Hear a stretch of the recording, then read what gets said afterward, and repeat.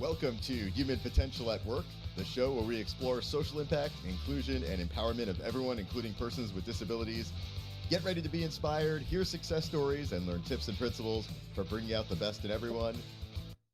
Hello, everyone. I am LaMondre Pough, the CSO of Ruh Global Impact, and today we've got a special show for you. Typically, it's going to either be Human Potential at Work or 5P with LaMondre.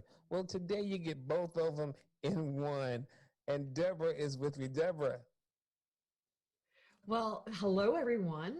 My name is Debra Ruh, and I'm the CEO of Ruh Global Impact. Very honored that LaMondre is our Chief Sustainability Officer because he rocks. And welcome to Human Potential at Work. So we're going to do like a double episode. It's going to be Human Potential at Work and 5P with LaMondre. And we're doing it because I want to make sure my audience knows about LaMondre's show and his powerful voice. He's been on my show before, but also we're also introducing me a little bit more to LaMondre's audience. Absolutely. And this is so important because the topic that we're talking about today is discrimination. And the reason we wanted to talk about this and also kind of do a dual show with this is so that the perspectives can be out there, so people can really begin to have the dialogue to not only understanding what discrimination is, but also talking about the effects of discrimination, how it affects you as an individual, what it does to us as a society, and what the outlook can actually be with that. So we're excited about this dual episode of 5P with LaMondre and Human Potential at Work with Debra Ruh. So let's make this thing get started. So the term discrimination, when we think of discrimination, there may be a ton of definitions that are out there, but I want to kind of give the actual definition of what discrimination is, and we'll kind of build the conversation from there. So discrimination is the unjust or prejudiced treatment of different categories of people or things, especially in the groups on the grounds of race, age, sex, disability, and other factors that may come into play. Back in 1968, educator Jane Elliott did an experiment. That experiment was called the brown eyes, blue eyes experience. And what she did in this classroom, and it was in the Midwest of the United States, what she did in this classroom was she separated the children by their eye color. So the brown eyed children were on one side and the blue eyed children were on the other. And what she did was she chose to discriminate against the blue eyed children.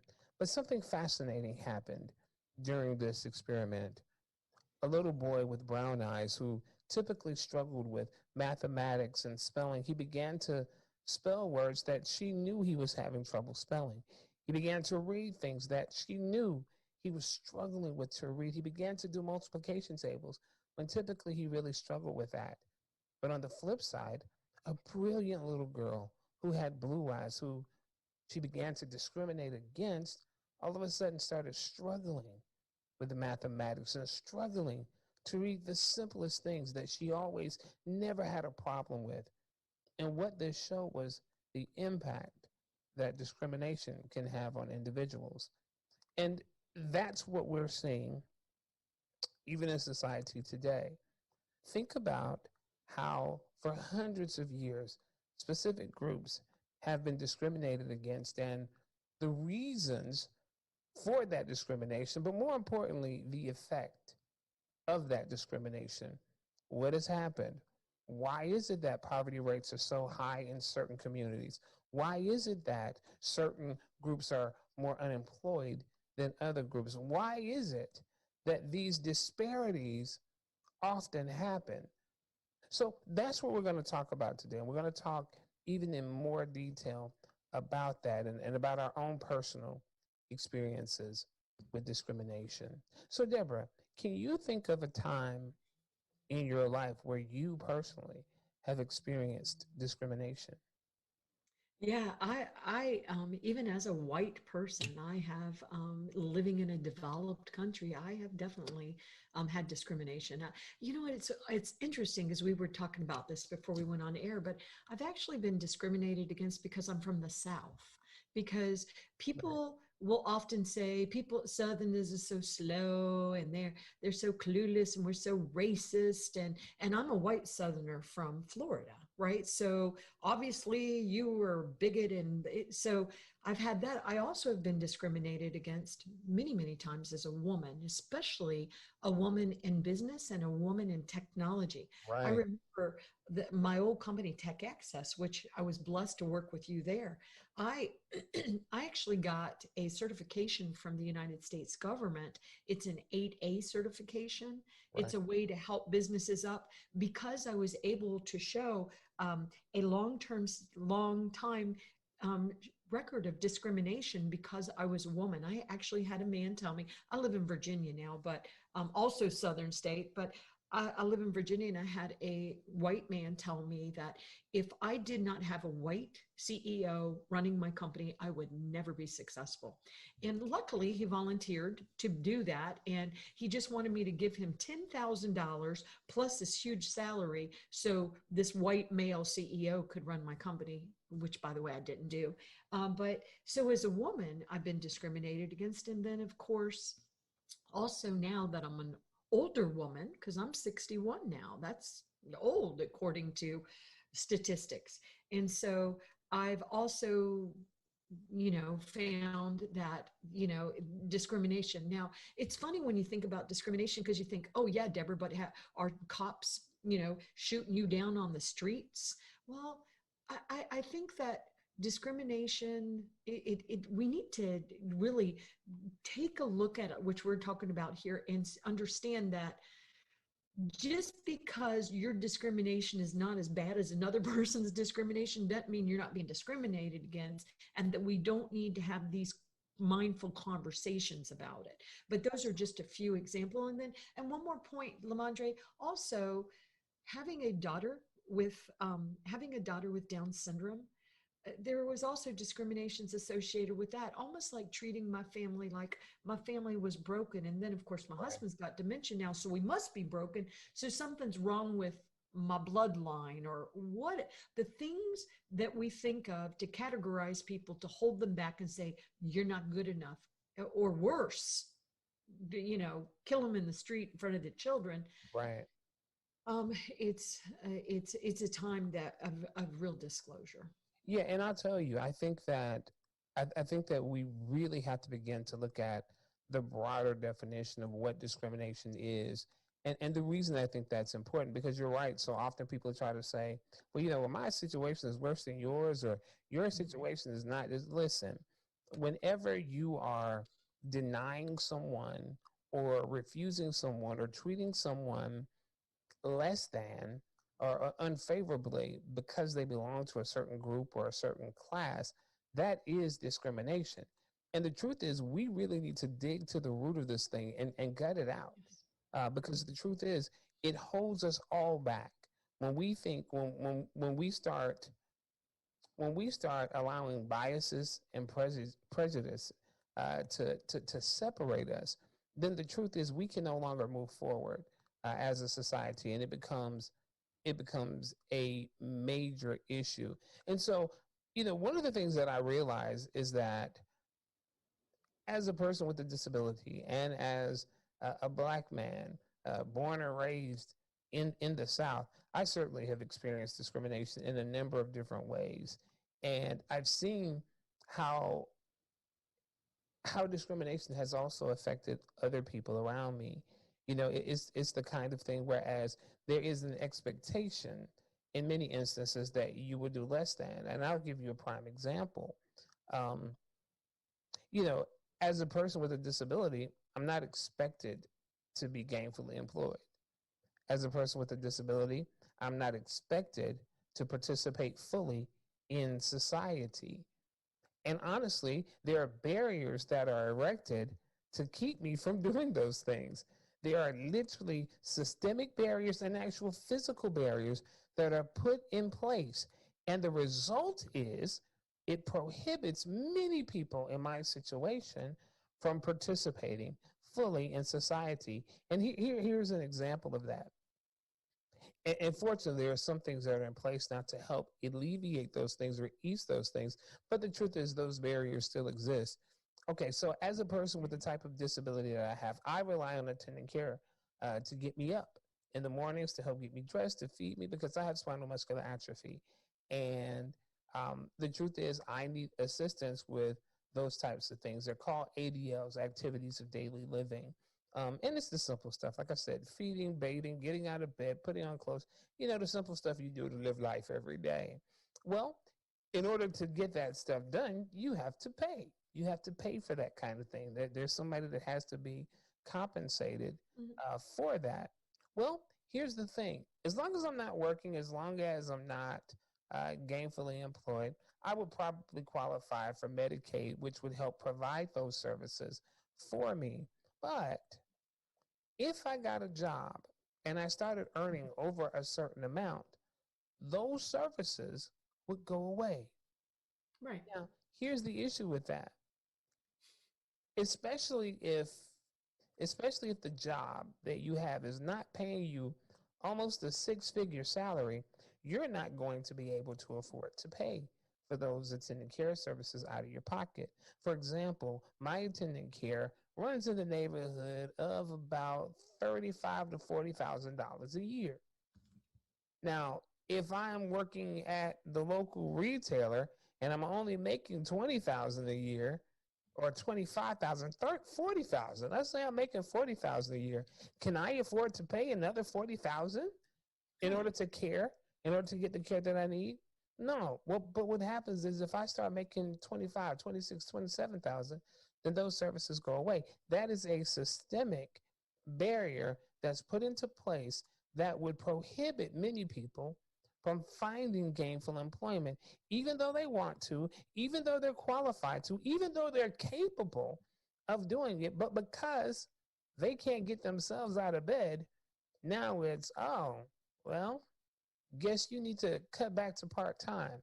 How in the world is that even fair? But guess what that is? That is systemic discrimination. Mhm. Because what we realize is we all want people to work. We all want people to be gainfully employed. But if you put barriers, significant barriers in place for people, it prohibits a lot of people. Now, as I said, there are certain things out there that assist with that.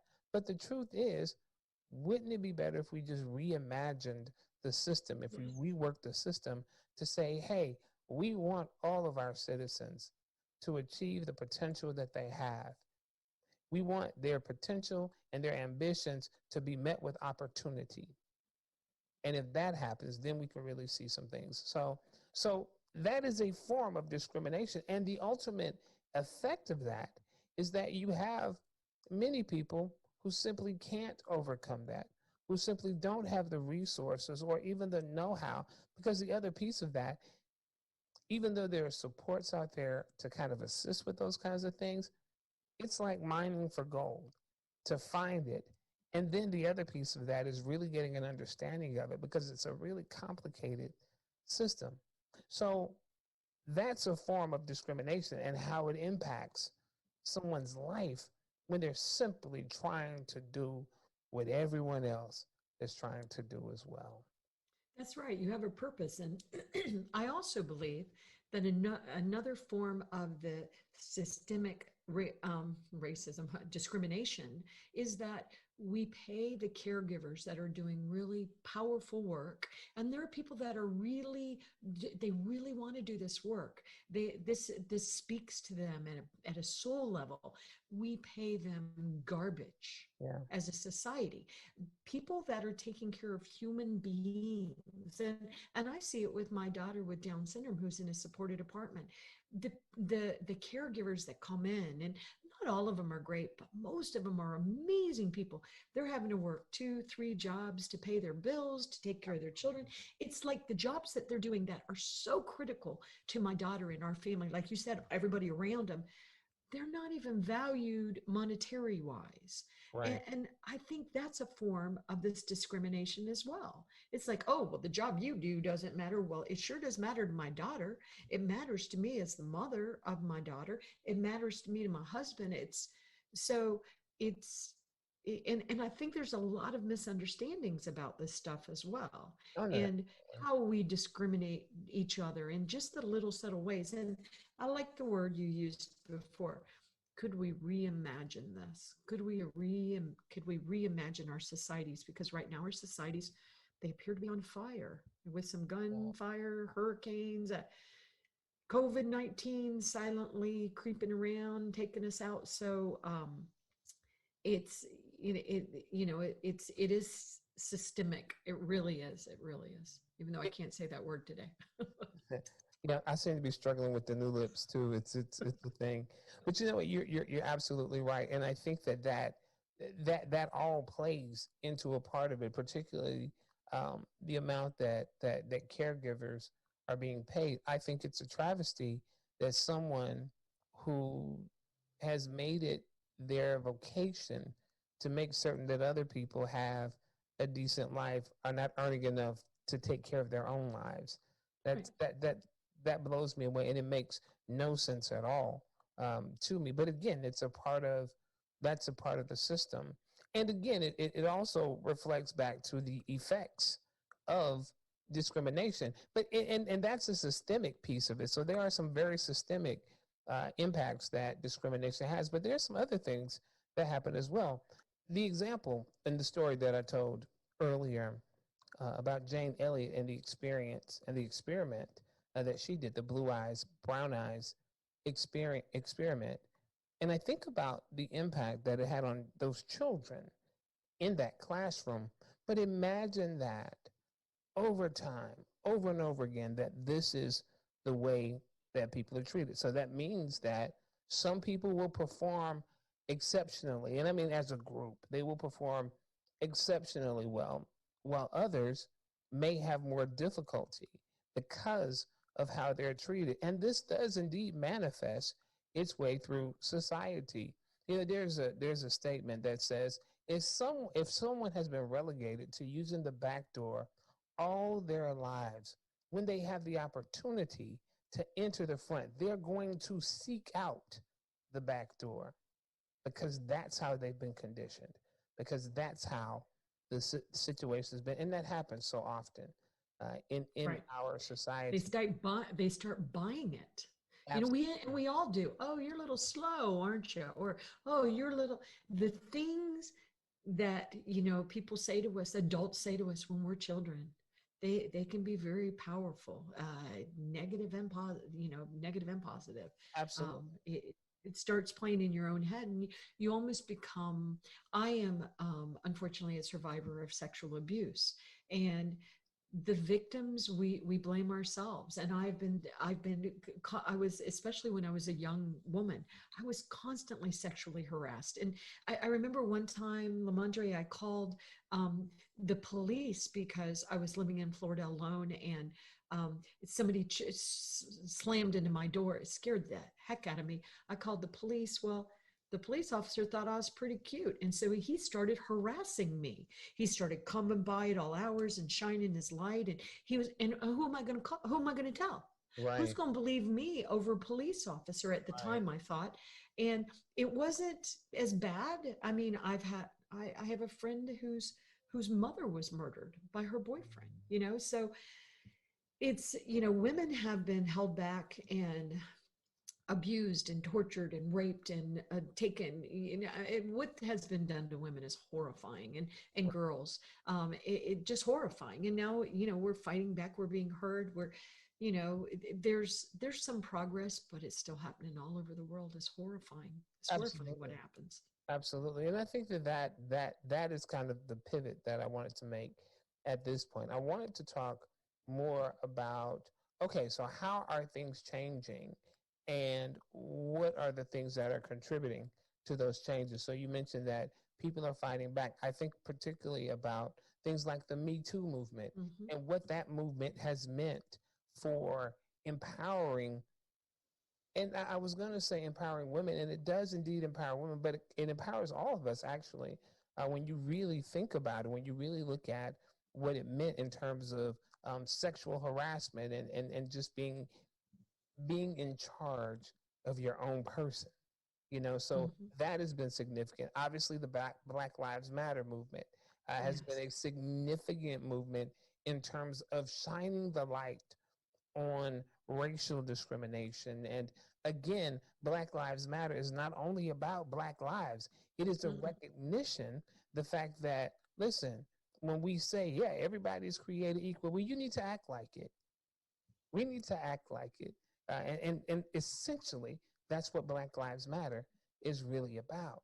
So when we start to look at these kinds of things, and even in the world of people with disabilities and the movement of people with disabilities, our voices being magnified and amplified and being out there and seeing people in the community and holding up the banner of justice and holding up the banner of equal rights. So we see these things starting to change. What do you believe are the most significant factors for this change happening?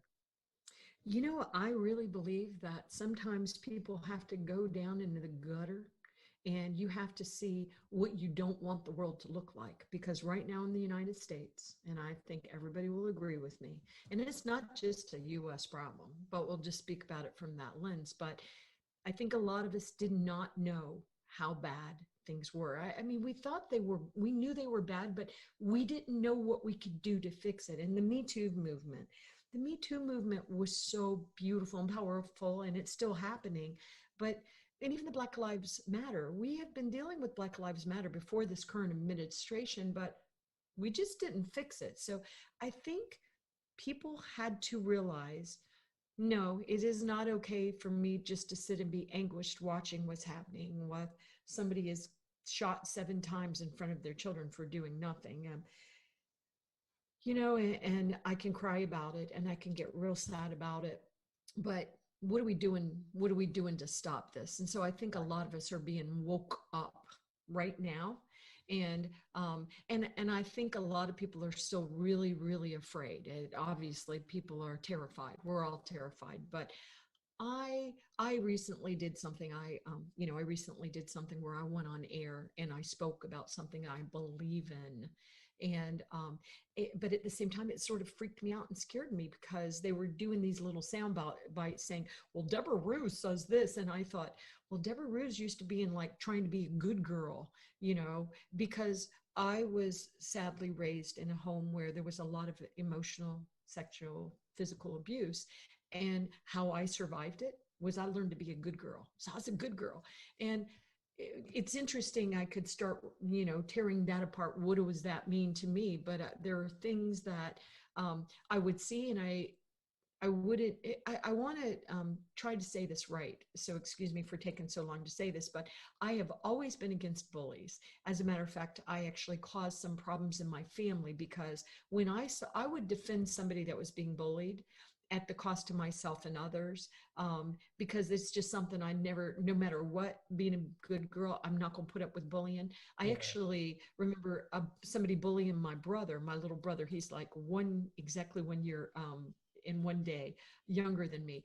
And this boy was bullying my brother. And so I started kicking him with my shoes that were really, they were little, I forget what they're called, but they're white and they have little black on them, and they hurt when you kick somebody with them. But what happened was the bully backed off, but then they started torturing my brother in elementary school and telling my brother that, oh, you need your sister to fight your fight. So my brother got mad at me. So it's so complicated. I mean, that's just a silly little story, but it's complicated because I've actually fought for people before, and they've said sweetly and nicely, Deborah, I don't need you to fight that battle for me. I got it. And so it's like, it's okay to fight for people. I think we see that right now with the allies. We see the white mom standing in front of African Americans as protecting them from the police. And there was some criticism of that, saying, no, but at the same time, you want your allies to help, but we also need to understand, when am I helping? And when am I taking away your ability to speak for yourself? There's some nuances I don't think we've explored. And my brother got really mad at me about this, but I didn't want this guy picking on my brother. So anyway, it's a silly thing, but I think it sort of shows us the complexity of the problems. Yeah, no, it's not silly at all. It's not silly at all. But I think that a lot of times what happens in this situation is that in order to truly be an ally, there has to be communication. In order to really be an ally and on my side, we have to communicate. And you and I do presentations about diversity and inclusion all the time. And one of the things that we talk about is, you know, before you jump in to a situation as an ally, the first thing you have to do is see the situation. And I think this is what happened with the George Floyd video being shown all over the place. It's not that this is something that's new that's been happening, but this time it was broadcast and people saw it. Right. They saw it with their own eyes. They understood. They heard his cries, all of those things. So it's not that it was a new situation, because it's not, but it was the fact that we saw it. So people saw it. And that's, I think, is the first step. Recognize that you see the situation, you see the difference, you see the discrimination, or you see the injustice, you see those things. The second thing to do is seek to understand it. Seek to really get an understanding of it. And how do you understand it? Not by external observation, but by getting in there and having the dialogue, talking about this, and really trying to understand it. And I will tell you, sometimes in seeking to understand, there may be some rub feelings, there may be some conflict, there may be some friction, but conflict does not equate cancellation. In other words, just because there is a disagreement or just because there is a misunderstanding does not mean that we abandon the fight. So Well, we and I stick think, in there. right at that time, don't you think that's when we have a discussion about it? We Exactly. talk about it. And I know that I'm going to talk about this on Human Potential with Doug Foresta, who you know, but and he's Jewish, and so he's been dealing for his whole life with anti-Semitism. So it's amazing how we find to discriminate against each other as human beings, but I think truly trying to seek to understand, Exactly. and allowing me to stumble as I try to understand what somebody that is an African American has been facing all this time. Absolutely. Allow me to ask stupid questions when I'm really seeking to be a good ally. Well, How see, do I be a good ally? and I think that is the key. That is the key. When when you're really seeking to understand, you got to ask questions. You have to, because how else are you going to know? How else are you going to identify it? And that's one of the things that I think everybody has to understand in this situation. People are going to make mistakes. We're going to mess up. We're going to stumble. But the thing is, what was their motive? What was their intention? Who are they? I know Right. you. I know who you are. I know exactly who you are. And I know that in this situation that you are truly trying to understand. And we know when there's a difference between somebody just being a jackass and somebody really seeking to understand. And so in that, we have to allow ourselves that level of human frailty and fallibility. We have to allow ourselves that. And the other piece of that, though, is once the understanding has been there, once the trust has been built, once I know that you are really an ally, that's when we can really engage. That's when we can really start making steps. That's when we can really start moving forward. And so once those things are in place, then we can move together as a unified unit, as a unified front to push Right. things forward. That's when you can have arm in arm standing side by side, everyone kneeling together, or what have you, whatever the demonstration of that protest is, or whatever the demonstration of that meeting is or move is. That's when we can do that uh, together in an effective way. And I also believe that having the courage to stand in the face of ridicule, having the courage to show up. Yep. One of the things that's been so beautiful about the Black Lives Matter movement is the fact that this is the first time in my lifetime that I've seen people who don't look like me that are on the front. And I mean, as large a group. I mean, we've always had allies, we've always had friends, but I mean, as large a group of people standing together. I think about when Colin Kaepernick first began to kneel to protest police brutality. how there were only a few people that were with him. But fast forward 4 years later, and now the entire NBA is there with them. And you're having Roger Goodell, the commissioner of the NFL, saying we should have listened to Cap. Yep. So, when instead of punishing him. right. And so now you see that evolution, and I'm saying that because you see the evolution, you see the change, you see the movement. So I always bring that up because me and you both, Deborah, we're both optimists. And I see that as hope. And even though we're dealing with some tough times right now, even though we're dealing with some things that are really shaking us to our core, actually, it's defining our core. It is showing us who we are more than anything else. We're dealing with that. I am still hopeful. I am still hopeful that we're going to save this planet, because that's an important key. We're going to save this planet, and we're also going to save the souls of humanity. Yes. Because I agree. And I just want to explore, and I know we're going to have another show, we're going to talk about this, but I just want to say how much representation matters. Absolutely. So one thing that I'm starting to see, and let me tell you, this isn't always a very popular thing for me to say, especially where I'm saying it, but what the heck? I've gotten older now and I'm just not afraid anymore. So I care about people, but I'm not going to stand behind that. I'm just going to be a good girl from the South and be quiet. I'm not going to do it, guys. And so what I see when I'm looking at different communities, looking at the community, for example, that I love so much and I am part of, with somebody with invisible disabilities, with ADHD, severe depression. Oh boy, that's a challenge. A husband with dementia. Oh my goodness. And it's in the late stages, and it's fascinating. A beautiful daughter with Down syndrome that's constantly underestimated, which is funny. Underestimate her at your own peril, because she's a smart cookie. But you'll be in trouble. Yeah. But I still see most people that are talking about disability inclusion being people that look like me. They're Caucasian women and men that are over a certain age. And I think it more and more, and I'm doing a lot of nagging and talking about this and walking the walk, but I think it is very important that we have better representation of who the community is. And I had said to you one time, and I said in a very loving way to you, I don't even see your disability. And I've talked about this on air before with you, and you're like, well, wait a minute now, Deborah. I want you to see my disability because it's part of who I am. I don't want you to see it and see me as weak and not good enough.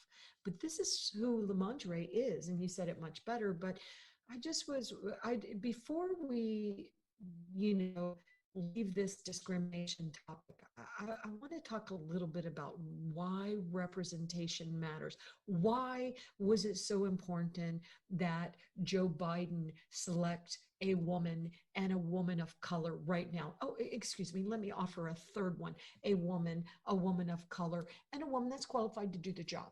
Okay, because first of all, let's redo that. Woman, somebody that's qualified to do the job, woman, and we would really like somebody that's brown or black. I think right now, as we're trying to, and it's going to take a long time to fix our societies, but it's certainly worth the effort. But representation matters in a different way now. And not that I shouldn't be, I should still be at the podium and talking and adding value. But what I'm doing now, and everybody that watches me knows this, I am opening the door and I'm saying, okay. And I said this to one of our corporate clients. They said, Deborah, we want you to speak at this event, and you're going to be amazing. And I said, I know you think you want me, but you really want LaMondre. And they're like, and as soon as I said that, they didn't know you yet. They're like, no, Deborah, we want you. Because it's like, they think I'm trying to get out of it. And I said, you really don't. You want LaMondre, and let me tell you why. And they heard it and they're like, oh yeah, you're right. And then you actually went and did it. And they're so blown away, they've totally forgotten my name. No, I'm just kidding. But that is how I tried to solve these problems. Right. Right. And you know what? Representation is important. And when it comes down to Senator Kamala Harris, amazing. Absolutely. I'm impressed. Amazing person. She's an amazing public servant. She was an amazing attorney. just an absolute amazing person who is more than qualified for the job and ready day one to do what's necessary um, to get the country um, where it needs to be. And you know, when I start thinking about what you just said you do in terms of how you're trying to push other voices and really opening the door for other people to come in. That's what champions do. Bottom line, Deborah, that's what champions do.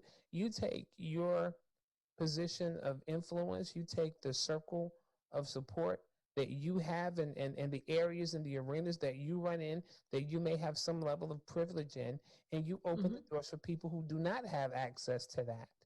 That's what true champions do. And this is why when we do those presentations together, I do a piece where I say, be the champion and find the champion. You're doing the be the champion part, and you're finding champions in outside of the disability arena to say, hey, help us get into these areas. So Right. that's exactly what good leadership is. That's what we're supposed to do. It's a poor leader who does not open the door for for other leaders to rise to where they are, who does not point to the future and say, that's where you want to go. It's a poor leader who only sits and thinks about themselves, who only thinks about their priorities in terms of what's important to them. So, what I see you doing is exercising what true leadership is. And here's the thing, sometimes it's scary, It sometimes is. it's costly, and sometimes you'll be ostracized. Sometimes you'll be Mm-hmm. saying, what is this person doing? Why are they saying that? And we know, we've seen it. We've seen it Mm-hmm. already. We've seen it Groups, already. groups that are supposed to be supporting the disability person's organization. I mean, the community. Yeah, in the United States, they're like, well, I'm not going to invite because people are afraid. Once again, if I champion you, is somehow that's going to take away my career? Then I have nothing. No, but it actually empowers you more to go and find the other parts of the conversation that you need to join. Right. Like today I'm going to be speaking, very honored to be speaking on about women, AI, and ethics. And I'll just say, LaMondre, that they asked me two questions. They said, Deborah, would you like to be on our advisory board? But if you're on the advisory board, you can't be one of the 100 women in AI and ethics. And I replied and I said, I want to be on the advisory board. I don't need to be one of the 100 women's in AI and ethics. I think it's more important for me at where I am in my life and my career to be someone that helps to make sure that there are women of color and women from different cultures and women speaking different languages and women with disabilities and women that are LGBT and African Americans being in that 100 group, which by the way, they're very, very focused on that. They're very focused. Mia Dang is the one running it and she's amazing. But I think sometimes you have to understand where you are in your life and how can you help and not be afraid. Yeah, but what about me? You Yeah. know, And it's I'll tell you, hard. I'll tell you, Deborah, it's that is the evolution. That's what's had to happen. It was Frederick Douglass who said, "Power concedes nothing without a struggle. It never has, and it never will." And so, what happens is those who are benefiting or those who are in positions of privilege from the status quo, they want to maintain that. And yeah, they want to show flashes of, yeah, we're really changing things, we're really being this. But the truth is, when real change comes, they recoil, they pull back, they want to get small all of a sudden. But the thing is, as a trailblazer, that means you got to go in and you got to blaze some trails. You got to set some stuff on fire. You've got to go and change some things. And I'm speaking figuratively. You have to go in and change some things.